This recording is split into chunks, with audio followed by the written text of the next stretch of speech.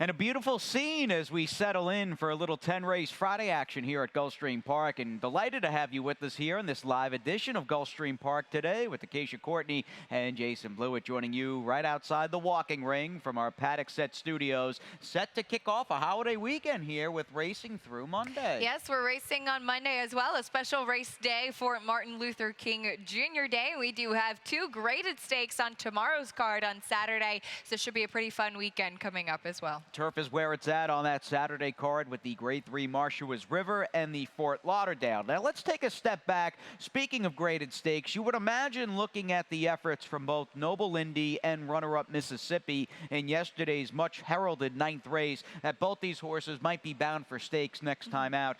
Noble Indy wound up getting the win by a well-measured 3/4 of a length or so beneath John Velasquez for trainer Todd Pletcher, and he's now unbeaten and got an 88 buyer in his second start. He did, and these two horses put on a very good performance coming down to the wire. And yes, they're probably both stakes bound. Next out, I thought that they ran well against one another. For me, the jury's still out, and I think that both of them have to improve. It's not the most impressive of what I've seen. But that being said, Todd Pletcher, I like how you put it in Murderer's Row, because he certainly has that. For me, I'm really interested to see what we get next out from Navistar and perhaps see him face Mask again. And Bal Harbour has proved himself. Yeah, he's the most accomplished horse in that list. Impact Player and Gadoo have maiden wins to their credit at this meet along with Navistar, and obviously Noble Indy showed a little bit of quality and certainly some promise yesterday in digging in and getting that victory. Still very much like everybody on that list, a work in progress for a perennial 14-time leading Gulfstream Park Championship meet trainer in Todd Pletcher, who does see some action today. And somebody tweeted to us a few moments ago, how often do you see Todd Pletcher running a pair, not one but two, $12,500 claimers on the card today? And it's just one of those days at Gulfstream Park with some big fields and plenty of turf to go around, and this weather is just delightful. Yes, it is. It's nice and warm, which is good, and I hope that Ron is staying cool as a cucumber as he normally does, because it's Beat the Expert Day, and like I always say, better him than me. But I will be up next week as well. We can't avoid it, but it's a lot of fun. Go to our Facebook page and play Beat the Expert free to play. It's free to play, and you can sign up even at GulfstreamPark.com. We make it easy breezy, and it'll get you in the game in a matter of just a few moments, and you can have a little fun and play along and let us know how you're doing throughout the day on Twitter. Give us a follow, Gulfstream Park a follow on all those social media channels. We're on Facebook, we're on Instagram, we're on Twitter, so give us absolutely, and you're on Snapchat as well, which Ron calls, what does he call Snapchat? Slapchat. Yeah. Slapchat, yes. So give Acacia a follow on Slapchat. Now, a little rundown today as to what's on tap. In addition, we kind of gave it away, Todd Pletcher's got a few live runners on the program. But as far as the multi-race and even high-five wagers go, we have that opening high-five in the first with a field of 7, and the legendary Scooter Dickey on the outside with the current 6-5 favorite. That'll coincide with the opening leg of Friday's early pick 5 amid the good and firm conditions. And then with that drum roll, we move right into that $1.68 million Rainbow Six. Yes, it was very well bet yesterday as the pool did surpass $2 million. And you keep saying it, even if you don't have that one unique ticket and it keeps carrying, you can still get some phenomenal payouts if you do have 6 out of 6. So don't miss out on that sequence. Pretty fun one and some value opportunities today. $1.68 million. And then we cap things off with the 50-cent late pick 5. Down the line, and a lot of turf spread throughout the program today. A very solid 9th race, featured 9th race on tap. That'll be your West Point Thoroughbreds featured 9th on the day, in which this is a weekend very much, I think, devoted to prior stakes winners at Gulfstream Park that you have heart-to-heart and even all included who were 1st and 3rd in the 2016 Fort Lauderdale, where they're coming back as two major players in tomorrow's 2018 Fort Lauderdale. And then you've got Delta Bluesmen, who won the Smile Sprint a couple of years back, and he's in for the $50,000 in today's co-featured 9th. Yeah, he just won it last year, and he is in for the $50,000. As you said, he hasn't run since July, so it'll be pretty interesting to see what we get from him then. All right, let's move on to the opening early pick 5, in which Ship Disturber on the outside for the one and only Scooter Dickey will be a big favorite. Did you single Ship Disturber in the first? I did not. We'll show you my ticket. I actually do like the 2 chiseled on the drop. I've been actually kind of waiting for him to try 7 furlongs, so I'm curious what we'll get from him today, but Ship Disturber certainly not without a huge shot this afternoon. Should be the day to take a stroll. It's always the day to take a stroll, but I think on the turn back in distance, the 9 Take a Stroll is going to be very tough to beat, backing myself up with another horse turning back in distance, and that's Untruthful Sonnet. I'm going 3 deep in race number 3. You've got some really big players, Aztec Sense, Dream Saturday, and Flashy Jewel, all coming out of big races. Going to be using 2 deep in the 4th race. I like Leroyd's Mommy to make it 2 in a row, but you've got Feed Me Carrots also trying to make it 2 in a row, using both of those.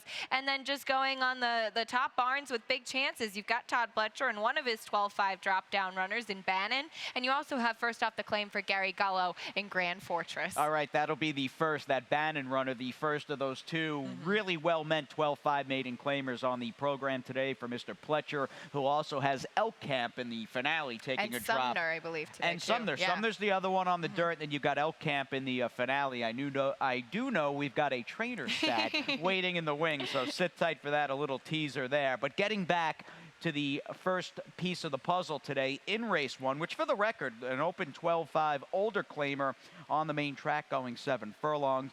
I think it is about the 7 Ship Disturber in a case of Scooter Dickey just properly spotting a horse, maybe even a little aggressively spotting a 6-year-old by Sky Mesa, who I'd be surprised if this horse wasn't claimed, and I'll be surprised if they don't shake for him. But when you consider this horse was picked up at Churchill in Kentucky for $5,000 right around Preakness weekend, and Scooter had a pretty good run with him out in the Midwest, and he's faced just much better in his 2 races this meet at Gulfstream Park. Good spot, even though he's got to plod along, and that's the one maybe chink in the armor, because he will need some help up front because he comes from left field. He will, and I think that both of the horses we have in the top 2 kind of do have that running style, and Ship Disturber was the favorite last time out, coming out of a really troubled race in the Express a couple starts back. I absolutely think he's got a big shot in here today, and he's a tried and true sprinter. He's 3 for 4 at this distance, and you're right, since claiming him, I mean, he made $114,000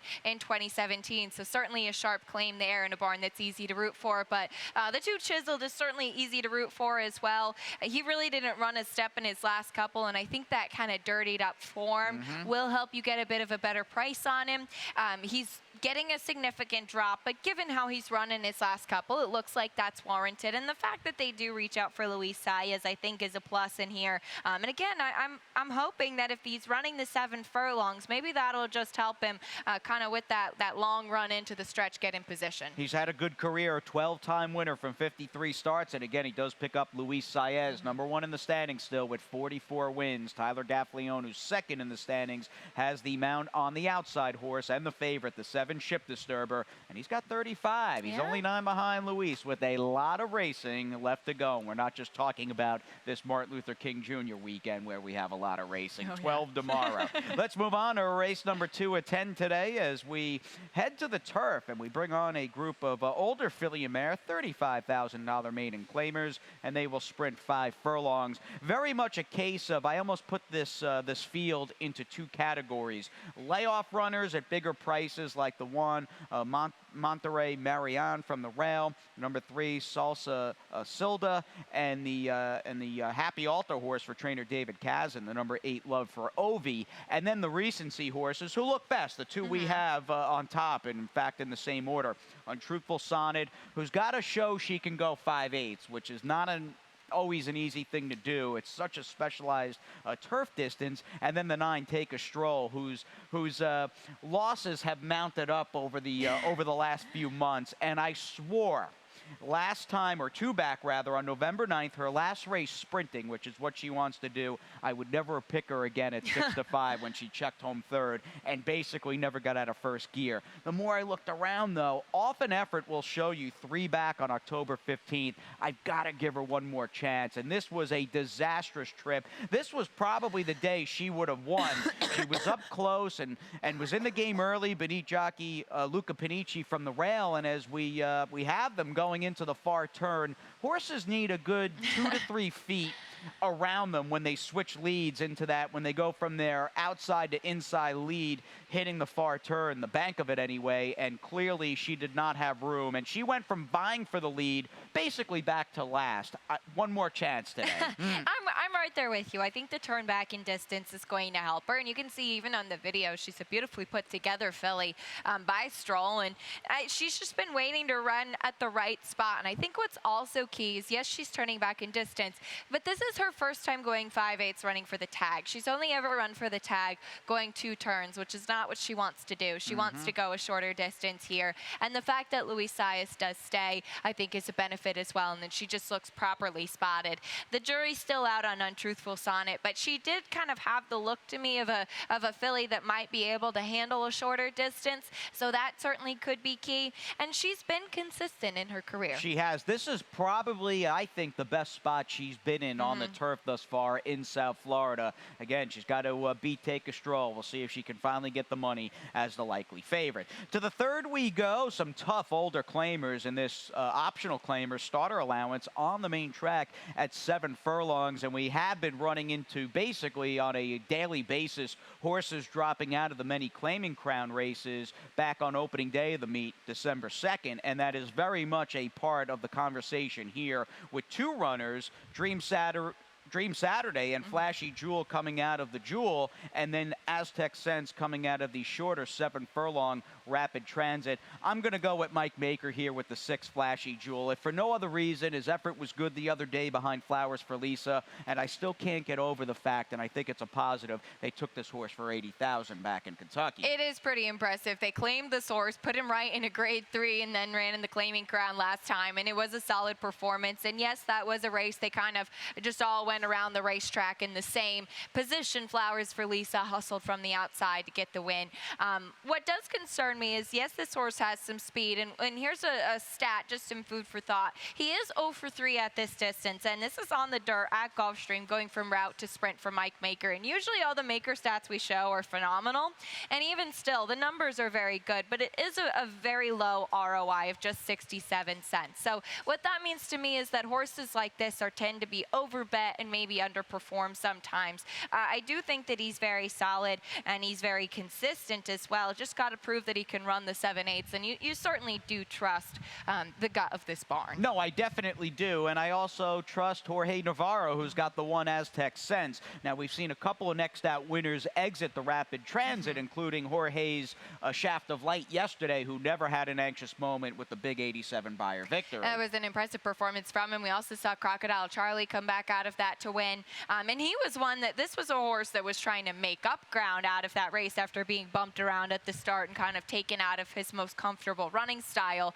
When you have such big fields like that and dense fields, sometimes horses don't exactly get to be right where they want to be, and I think that might have been the case for Aztec Sense. All right, let's move on as Peter Waldo rounds out the big 3 there. Blinkers on, by the way, and Erod Ortiz as well, the number 2 Dream Saturday, who may have been a good claim for 20,000 couple starts back. To the turf we go for race number 4, and do note all turf races today out to 115 feet. I know Bill Badgett, who basically runs the joint, walked the turf course this morning, said it's very firm out there. So do note that that change as far as the rail setting for the 4th race from 48 out to $1.15 with these older filly and mare 3 lifetime claimers at 7.5 furlongs. And I didn't really invent the wheel here, nor did you. We boxed up the 3 logical contenders, and the best looking one is probably the horse that I have on top and you have second, the number 3 Feed Me Carrots.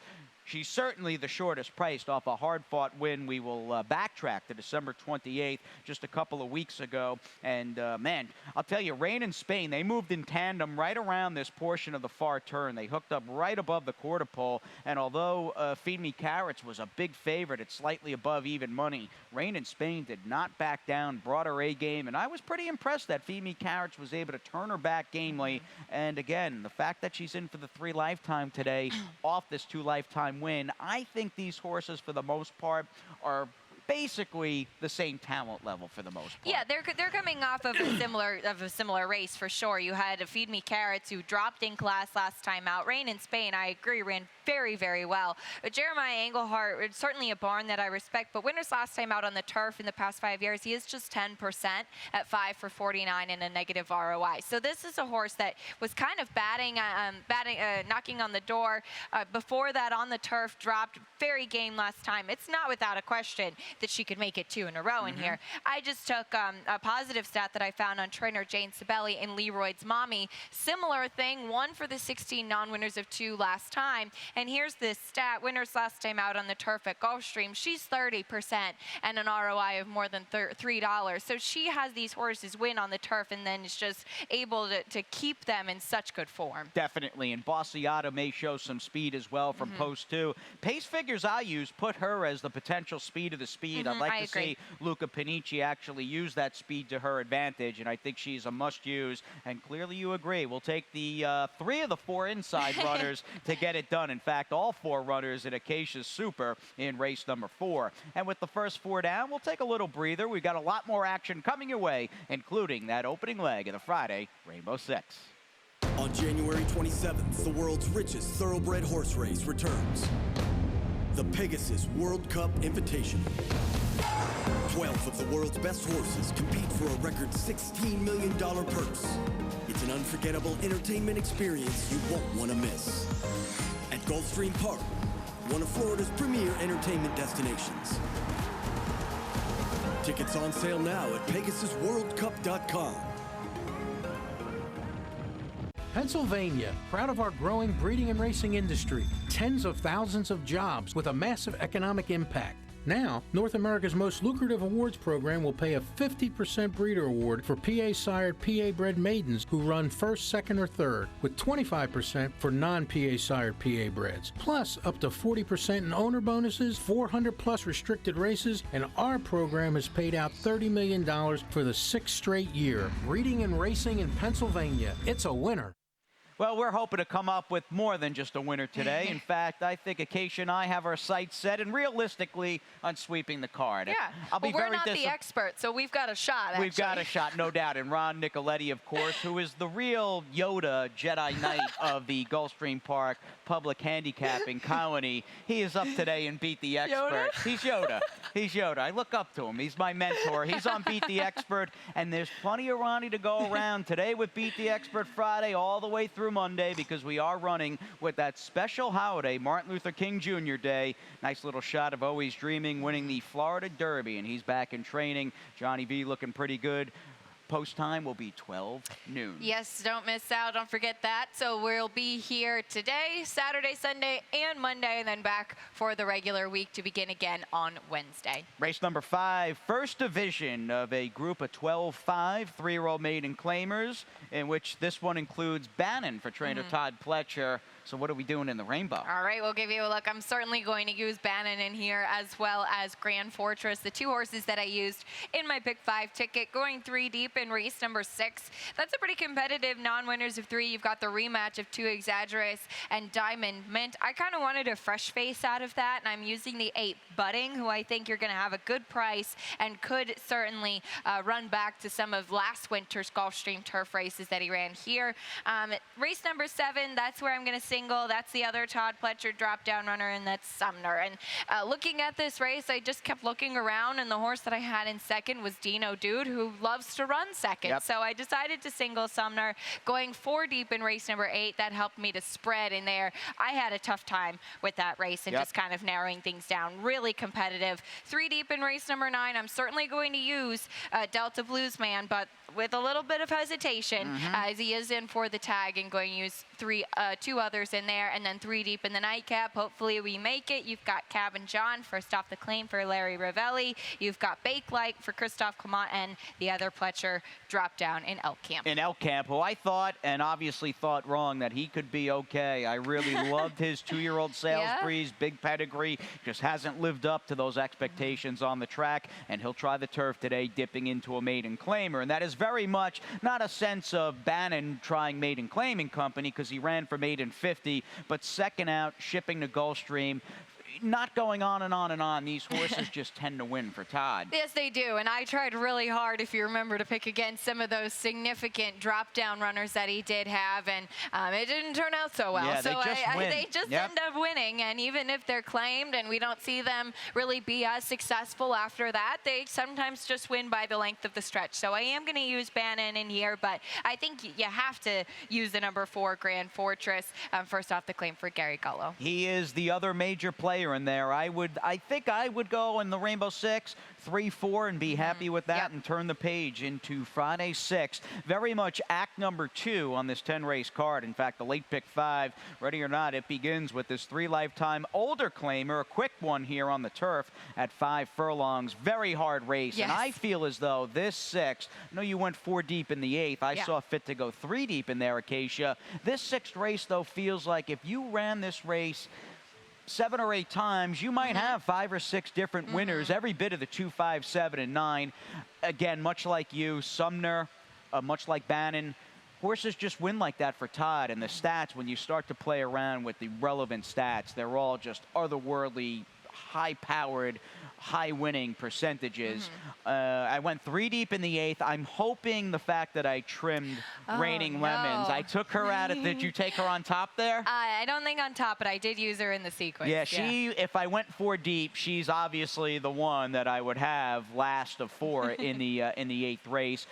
It's all about Delta Bluesman. Yeah. He's obviously in the 9th race. He is not the horse he once was, but again, the horse that he might be at this stage of the game still could be good enough to get the money there for a trainer who just seems to excel with horses that have a comparable profile, old geldings with a lot of miles on them. And then a 3-bagger for me in the nightcap. I used Larry Ravelli with the horse on the rail, Elk Camp, and I just can't give up on Rocky Strange. Fair enough. Who, much like Elk Camp, I have unsuccessfully chased, but he's dropping into a claimer, maiden claimer for the first time, and he's one of 3 I will use in that 10th race. But again, it all begins in this 6th race, the late pick 5 anyway, and almost 2 different subsets of rematches take, I think, the spotlight in this 6th race. The first is the group of 4 who are coming out of the finale here on December 22nd. And do note there was an incident at the top of the stretch which seemed to affect more than half the field when they scattered around one of their rivals. And then you've got that other key rematch from December 7th, which we will show you, and that includes 2 Exagerous who've got a great ride from Luca Panici and Diamond Mint. Now, Diamond Mint's the one in the black, vying 3 or 4 wide. You can watch Luca Panici. You can't miss him in the violet and white silks and the light purple cap. I mean, he had live cover turning for home, was able to just sow from the pocket, smoothly angled into the 4-wide path or so. And Diamond Mint, the gray on the lead, will actually spurt. Edgar Zayas gets busy on him. He spurted away, but I was really impressed how 2 Exagerous went and sort of re-rallied and went and got Diamond Mint. Yeah, the fact that he re-rallied, that was my favorite part of his performance here, and I did think that that was really good because he was the kind of horse that I think had a little bit of trouble as he technically broke his maiden through disqualification, and sometimes when horses kind of zip through their conditions in that way, they kind of have a little bit of a tougher time finding their feet. And so the fact that he really did prove himself after being the beaten favorite 2 back was, I think, a plus for him. And Diamond Mint came back to win after that. So these are horses that have really, I think, kind of started coming into their own. But as I mentioned earlier, I wanted a fresh face, and I took a stab with a long shot play. He's 10-1 on the morning line, and that's the 8 Budding. We've seen some of these horses really be successful shipping in from Woodbine. We've seen a lot of them, yeah. And this is a horse that has prior experience and success at Gulfstream. I remember watching him during last year's championship meet, broke his maiden right here on the turf at Gulfstream under Tyler Gaffleone, who's going to have them out today. So I'm hoping that that'll do it for him. That's been a great learning experience for me, my first championship meet. I really had no idea that the number of Woodbine shippers that have won and really gave a good account of themselves so far. I had no idea that we were in store for that, and some good points by you. They've just been winning at all levels, on the main, on the turf. Yeah, hard to not be impressed as a whole with the many faces from Woodbine, equine and otherwise, we have with us here at Gulfstream Park. Now, we talked about Bannon for Todd in the opening, the first division of these 12-5 older maiden claimers. Here's division number 2 at a 1-turn mile in race 7. And once you start to play around again with Formulator and you start to look at the relevant stats, as Sumner goes turf to dirt, second out, and a maiden claimer for Todd. These horses just win. In fact, he's 7 for his last 14, making that exact move. Yeah, it's impressive. It really is. And you hate to see a horse that costs $120,000 dipping in for the 12.5. But as I said, you kind of look around in the rest of the body of the race, and Dino Dude has been very consistent, has a lot of early speed, but unfortunately is 0 for 10 and just always seems to run second. So when putting those tickets together and wanting to spread in the next race, I decided this was just the most logical single. He's got to carry the weight of both of us in here, and is going to the dirt, but I just think that he's spotted a place where he can win and potentially get claimed. Yep, and he's the blue at best bet. Speaking, he's the triple B, the blue at best bet today, carrying a lot of weight indeed in the 7th, as the Pletcher Barn is very much in the mix here in race 8. Very competitive, $50,000 starter allowance for older fillies and mares, in which I went, and I'm sure you did as well. Maker off the claim on the turf with the number 3 Ultimate Cause. Maker's also got the Japan-bred filly by Empire Maker, who plods from left field, the 9 Love and Empire. But Todd is very much, with those white bridles in full view, part of the conversation from the rail with the 1 Blame It on Dixie. Really ran well at a nice price last time with a great ride from Castellano. She really did, and I think the fact that she's coming in 3rd off the layoff today is really going to be for her benefit. Has Castellano up again, and I too just landed on Ultimate Cause. I think with the wide close last time, this is a mare that's just been consistent, and you say, well, she was claimed off Brian Lynch. She was claimed off a very good barn, but Mike Maker does this all the time. He claims off, the other horse, Love and Empire, was claimed off Todd Pletcher. He can claim off anyone and be successful, really. A horse that I'm intrigued at a price is the 4 Indigita, and here's a stat on trainer Phil Serpy when he does reach out for Luis Saez on the turf at Gulfstream, and this is looking at these 5 years, and when he does see fit to reach out for Saez, these numbers are very, very good. 23% winning and more than a $4 ROI, and this is a horse that she's been consistent. She is 0 for 12 at Gulfstream. That's the biggest glaring negative in here, but Louis did win on her at Belmont back in September, and I thought at a price she could be a good one for the exacta. Good nugget there, and Luis continues to impress each and every racing card and rides them all and rides very hard. Native of Panama and a good guy as well. It's good to see him and his success along with agent Richard DePass. West Point Thoroughbreds race of the day comes up in our 9th today. These older 50K, 2 other than allowance optional claimer runners meet in the day's final dirt race at 6 furlongs on the main track. Delta Bluesman, let's talk about him first. Again, this newly turned 8-year-old only gave his connections a half dozen starts last season in 2017, and we haven't seen him, in fact, since he unsuccessfully at a pretty big price tried to defend his Smile Sprint title Summit of Speed Day July 1st. But again, he's in for the 50. It seems like it's go time today for Navarro. It does. It seems like it's kind of a now or never thing, and you don't like to see a horse that ran in the Breeders' Cup last year and be in for the tag today. I do kind of take that as a negative, and certainly the Smile proved to be a really tough race. 2 next out winners, including Imperial Hint, who would go on to run a huge race in the Breeders' Cup as well. Awesome Banner was 2nd in a Grade 1. You've got some very nice horses out of that race here in the summer at Gulfstream. That being said, I just did take the number 1 Abounding Legacy, who ran behind, I thought, some really nice horses in his last couple. I do like the turn back to 6 furlongs. I think perhaps that might be key for him, as he's been batting at the 7/8 the last 2 against some tough competition. And that's a race we will show you, and you can see for yourself with your own eyes just how determined and game Abounding Legacy was. He hooked up right above the quarter pole with 8 Town, who was a big even money favorite, as you could see inside, in the bright colors for the Hills and trainer Brian Lynch, and Abounding Legacy did not back down at all. And I would venture to say this Florida bred by Flash Storm, who just turned 6 a couple of weeks ago, this was his hands down best effort yet, which is a credit to him and trainer Ralph Nix for a horse that there's been a lot of stopping and starting throughout his career, and mainly in 2017. Layoff, couple of races, layoff, a race, layoff. Good effort out of him. Anybody else you're looking at? Well, I did include the 5 Unbridled Outlaw, now second off the bench. I thought that he's got one with a little bit of back class as well. All right, as we wrap things up here, race number 10 on the program. 7.5 furlongs, the final leg in that $1.68 million Rainbow Six carryover. 3-year-olds in this maiden 35, a big field. We don't make it easy on you here.